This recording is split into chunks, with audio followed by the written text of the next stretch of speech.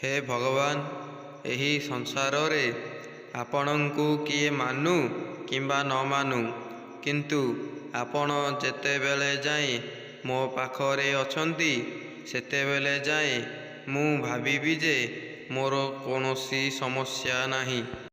ଆଉ ଆପଣଙ୍କର ଆଜ୍ଞା ବିନା ଏହି ଦୁନିଆରେ ଯେତେ ଗୁଡ଼ିଏ ଗଛ ଅଛି ସେଥିଭିତରୁ ଗୋଟିଏ ବି ପତ୍ର ହଲେ ନାହିଁ। ତେଣୁ ଏହି ଦୁନିଆରେ କହିବାକୁ ଗଲେ ଆପଣ ହିଁ ସର୍ବଶ୍ରେଷ୍ଠ ଅଟନ୍ତି। ଯେମିତିକି ଗୋଟିଏ ଗଛର ଡାଳ ନୁହେଁ, ବରଂ ଚେର କାଟିଦେବା ଫଳରେ ସେହି ଗଛଟି ମରିଯାଇଥାଏ, ଠିକ୍ ସେହିପରି ଗୋଟିଏ ମଣିଷର କର୍ମ ନୁହେଁ, ବରଂ ତା'ର ଛୋଟ ଭାବନା ଏବଂ ଆମ ପ୍ରତି ଥିବା ଈର୍ଷା ତାକୁ ତଳକୁ ପକାଇ ଦେଇଥାଏ, ଯାହା ଫଳରେ ସେ କୌଣସି କାମରେ ମଧ୍ୟ ସଫଳତା ପାଇନଥାଏ।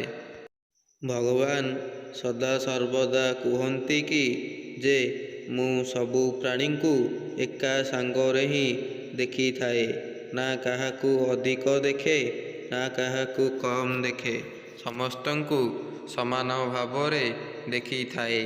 ଆଉ ଶ୍ରୀକୃଷ୍ଣଙ୍କ ଭିତରେ ଥିବା ଯିଏ ବା ଯେଉଁ ବ୍ୟକ୍ତି ତାଙ୍କର ପ୍ରେମ ଧାରାତାକୁ ବୁଝିବାକୁ ଚେଷ୍ଟା କରିଥାଏ, ସେ ହିଁ ଶ୍ରୀକୃଷ୍ଣଙ୍କ ଜଣେ ଭଲ ମଣିଷ ହୋଇପାରେ। ରାଧା ଯେତେବେଳେ ଯାଇକି କ୍ରିଷ୍ଣାଙ୍କୁ ପଚାରିଲେ ଯେ କ୍ରିଷ୍ଣା, ପ୍ରେମର ଅର୍ଥ କ'ଣ ହୋଇପାରେ, ଆଉ ତାଙ୍କର ଉତ୍ତରରେ ସନ୍ତୁଷ୍ଟ ହୋଇ ସେ କହିଲେ କି ଯେ ପ୍ରେମର ଅର୍ଥ ହେଉଛି ଯେଉଁଠି ନିଃସ୍ୱାର୍ଥପର ଭାବନା ଏବଂ ଭଲପାଇବା ରହିଥାଏ। ଏମିତିକି ନୁହେଁ ଜଣକ ପ୍ରତି ସ୍ୱାର୍ଥ ଭାବନା ଥିବ ଆଉ ଜଣଙ୍କ ପ୍ରତି କିଛି କମ୍ ଭାବନା ଥିବ, ତାକୁ କେବେ ବି ଭଲପାଇବାରେ ଗଣାଯାଏ ନାହିଁ। ବରଂ ଯେଉଁ ବ୍ୟକ୍ତି କର୍ମ ଏବଂ ନିଜର ଉପରେ ବିଶ୍ୱାସ ରଖିଥାଏ ଏବଂ କୌଣସି ନାରୀକୁ ସମାନ ଦୃଷ୍ଟିରେ ଦେଖିଥାଏ, ତାକୁ ହିଁ ଭଲପାଇବା କୁହାଯାଇଥାଏ। ଯେମିତିକି ଆମର ମା' ହେଉଛନ୍ତି ଗୋଟିଏ ରାଧା ପରି। ଆମେ ଯେପରି ଗୋଟିଏ ଦିନ ନ ଖାଇଲେ ମଧ୍ୟ ଆମର ମା' ଆମକୁ ଖୁଆଇ ଦେଇଥାନ୍ତି, ଠିକ୍ ସେହିପରି ୟାକୁ ହିଁ ଭଲପାଇବା କୁହାଯାଏ।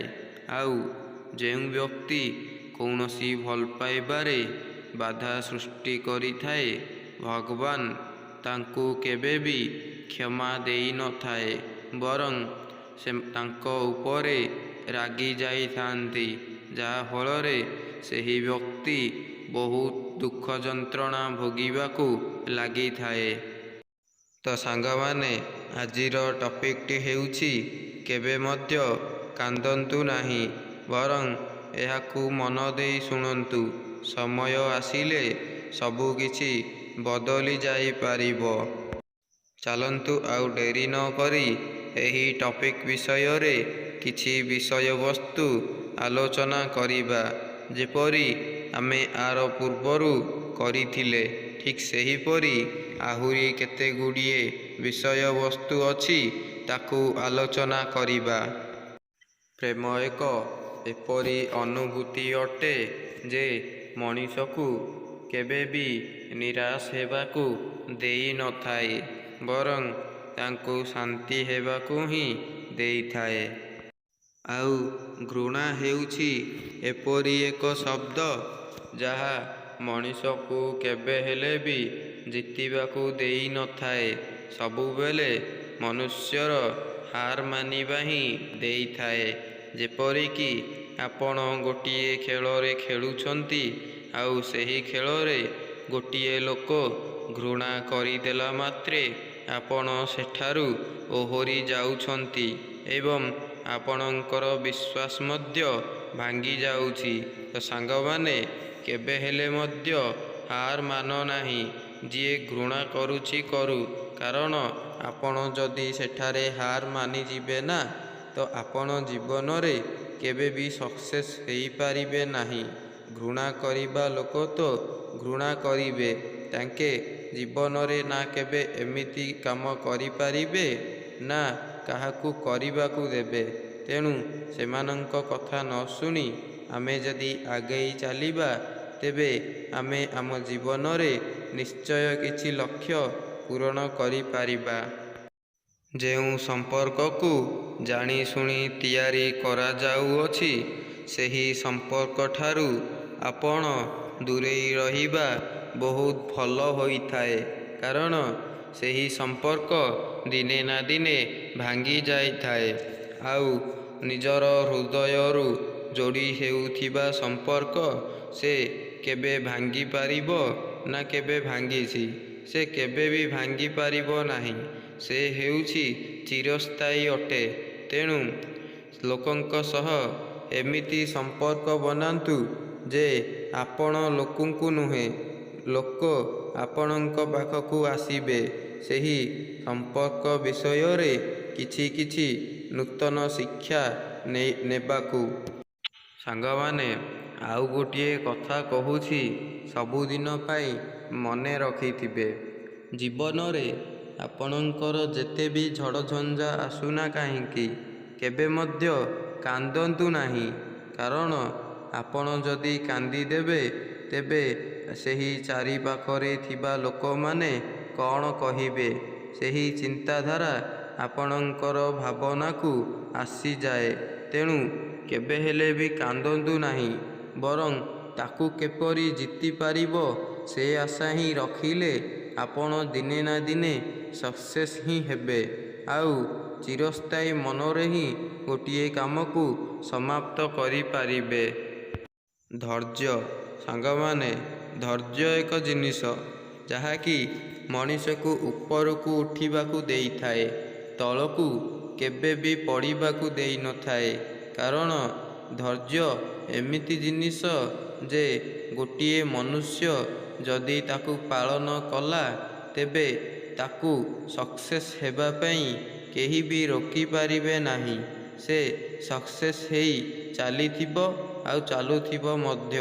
ତେଣୁ ଯଦି କୌଣସି କାମରେ ଆପଣ ଧୈର୍ଯ୍ୟ ବିନା କୌଣସି କାମ କରିବା ମଧ୍ୟ ଅସମର୍ଥ ହୋଇଥାଏ, ତେଣୁ ଆପଣ ଯେଉଁ କାମ କରୁଛନ୍ତି ସେଥିରେ ଗୋଟିଏ ଧୈର୍ଯ୍ୟ ରହିବା ନିହାତି ଆବଶ୍ୟକ ଅଟେ।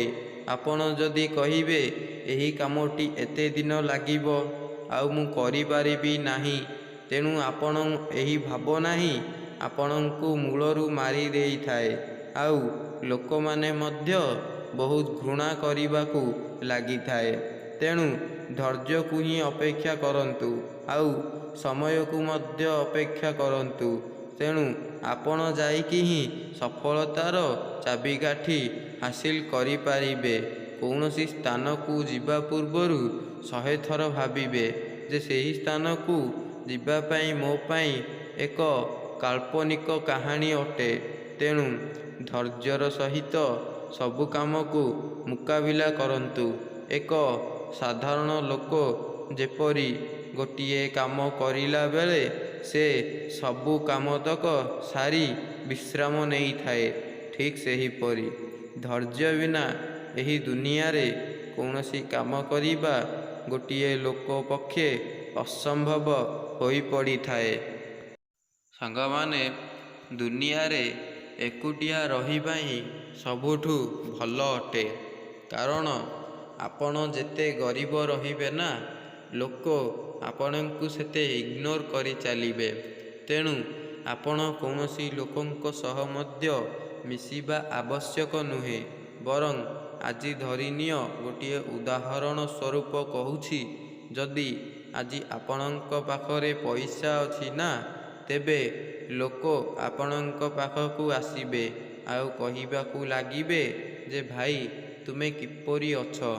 ଆଉ କାଲି ଯଦି ତୁମ ପାଖରେ ପଇସା ସରିଯିବ, ତେବେ କେହି ବି ପଚାରିବେ ନାହିଁ ଆଉ ତୁମର ସାଥ ମଧ୍ୟ କେହି ବି ଦେବେ ନାହିଁ। ତେଣୁ ସାଙ୍ଗମାନେ, ଦୁନିଆକୁ କେବେ ହେଲେ ବି ବିଶ୍ୱାସ କର ନାହିଁ। ଗୋଟିଏ ଲୋକର କଥା ବାହାରେ ସିନା ଭଲ ହୋଇଥାଏ, କିନ୍ତୁ ଭିତରେ ତା'ର ବିଷ ଭରି ହୋଇ ରହିଥାଏ।